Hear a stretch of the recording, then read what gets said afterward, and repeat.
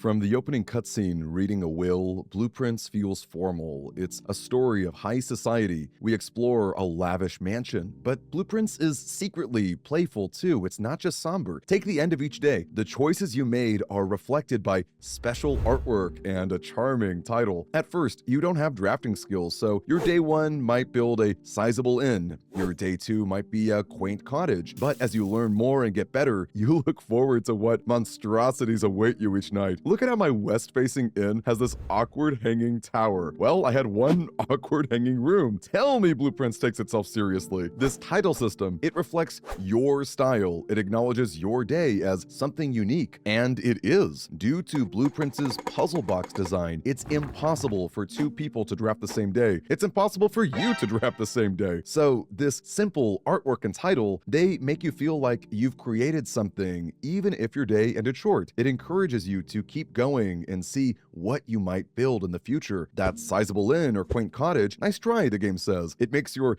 excavation site of the dead all the more fun. And that playful encouragement is vital because Blueprints is hard. It might not seem like that at first. I mean, the core gameplay here is just opening doors. How hard can that be? Well, it turns out very hard. So hard, in fact, that some players blame luck for their mismanaged houses. They risk putting down the game before things start to click, before skills can start to develop. Something as simple as artwork at the end of your day can be the difference between your love or your frustration with Blueprints. And while the design goes even deeper, at its core, Blueprints is simple. I wasn't lying. All you have to do is open doors, right? We don't need a tutorial here. Picking a room from 3 speaks for itself. Consider how simple the text on these room graphics are. Less words means less overwhelming for a new player. If a room is more complicated, it's always thematic, which makes it easier to understand. The dining room serves a meal, but you don't eat it right away. You have to wait until dinner time, which is represented by climbing north to rank 8. Take a look at your directory. Every single room is clever in some way. A closet doesn't have branching paths. It's a closet. Of course you'll find something in there. And an attic is similar. It's a place where a ton of items are lying around, but it's a lot bigger than a closet. Bedrooms refresh you. Dark rooms conceal your options. There's over 100 different rooms in Blueprints, yet somehow each of them have identity. Have you noticed how even the same room can look slightly different? Where you draft it in the house matters. I love placing my library by the edge of your house to give it a window. When you go up the stairs, you can gaze out the front yard. This feature was not needed. Blueprints took over 8 years to develop. I'm sure there was pressure to cut unnecessary features, but no, this is the spirit of Blueprints. It's the joy of the little things, except they aren't actually little, because when you add it all together, piece by piece, room by room, Blueprints feels cohesive, like every single detail is there for a specific reason, and the result is immersion.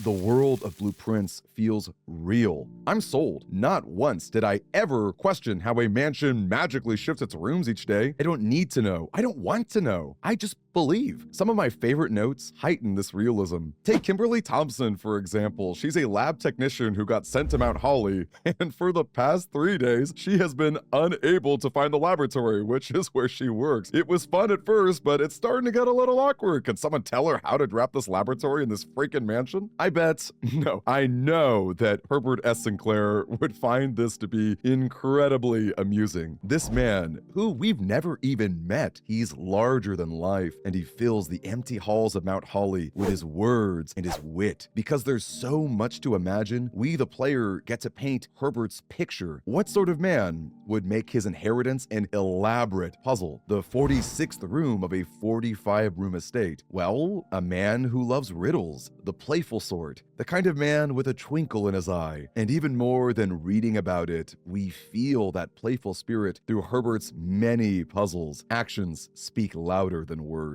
In the case of Blueprints, the action here is, again, a puzzle box. Consider that glimmer in Herbert's eye as the player solves one riddle and uncovers 3 more. That right there, more than anything else, is the essence of Blueprints. It's that magical sweet spot between gameplay mechanic and story. Herbert would never want a stuffy funeral. This trial is his swan song. So when Simon plunges deep into mystery and loses himself in the joy of discovery, of that thrill of just one more day, that is how Herbert's legacy is honored, and that is why I love Blueprints.